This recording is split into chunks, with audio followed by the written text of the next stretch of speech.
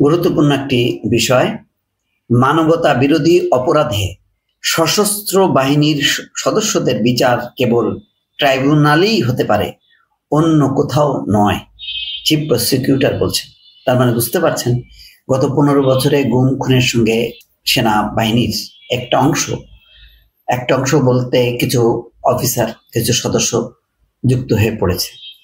এখন এই ঘটনায় সিভিল প্রশাসনে যারা আছে, পুলিশ বা রাজনৈতিক ব্যক্তি, তাদের বিচার হচ্ছে। তারা কোথায়? তারাও তো জড়িত। আয়নাঘর তারা স্থাপন করেছে, আরো নানা কর্মকাণ্ড করেছে। একেবারে বলা যায় কিছু উচ্চাভিলাষী সেনা অফিসার সদস্যদেরকে শেখ হাসিনা তার দলীয় কাজে ব্যবহার করেছে এবং গুম খুনে পর্যন্ত তাদেরকে নিয়োজিত করেছে। সেই খবরগুলো এখন প্রকাশিত হচ্ছে। এখন তাদেরকে সেনা আইনে হলে হতে পারে যে তাহলে এক দেশে তো দুইটা আইন হতে পারে না, তাদের বিচার কি হবে সেই বিষয়টা পরিষ্কার করছেন তাজুল ইসলাম, যে তাদের বিচার সেখানেই হবে।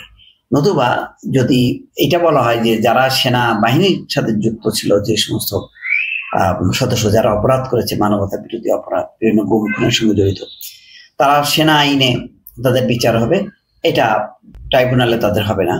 তখন কিন্তু এটা নিয়ে প্রশ্ন উঠবে যে তাহলে মানে ওইদিকে ছাড় দেওয়া হচ্ছে কিনা। এমনিতেই বলা হচ্ছে যে সেনাবাহিনীর যারা গত 15 বছরে অপকর্মের সাথে যুক্ত ছিল, তারা এক ধরনের তারা প্রোটেকশনের মধ্যে আছে।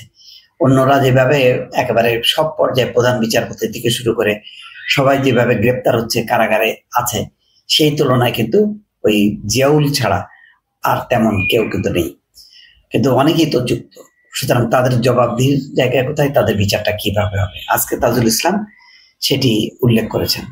এখানে এক প্রশ্নের জবাবে সূচনা বক্তব্য উপস্থাপনের পর তাজুল ইসলামকে ট্রাইব্যুনাল প্রশ্ন করে, ডিফেন্সের উচ্চ পদে, ডিফেন্সের মানে সামরিক বাহিনীর উচ্চ পদে যারা আছেন তাদের বিচার এই ট্রাইব্যুনালে হবে নাকি অন্য ট্রাইব্যুনালে হবে, এরকম একটা প্রশ্ন এসছে।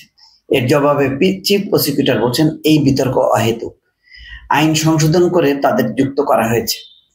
এই সময় আইনের বিভিন্ন ধারা উপধারা তুলে ধরেন চিফ প্রসিকিউটর। পরে ট্রাইব্যুনাল থেকে বেরিয়ে সাংবাদিকদের সঙ্গে কথা বলেন চিফ প্রসিকিউটর।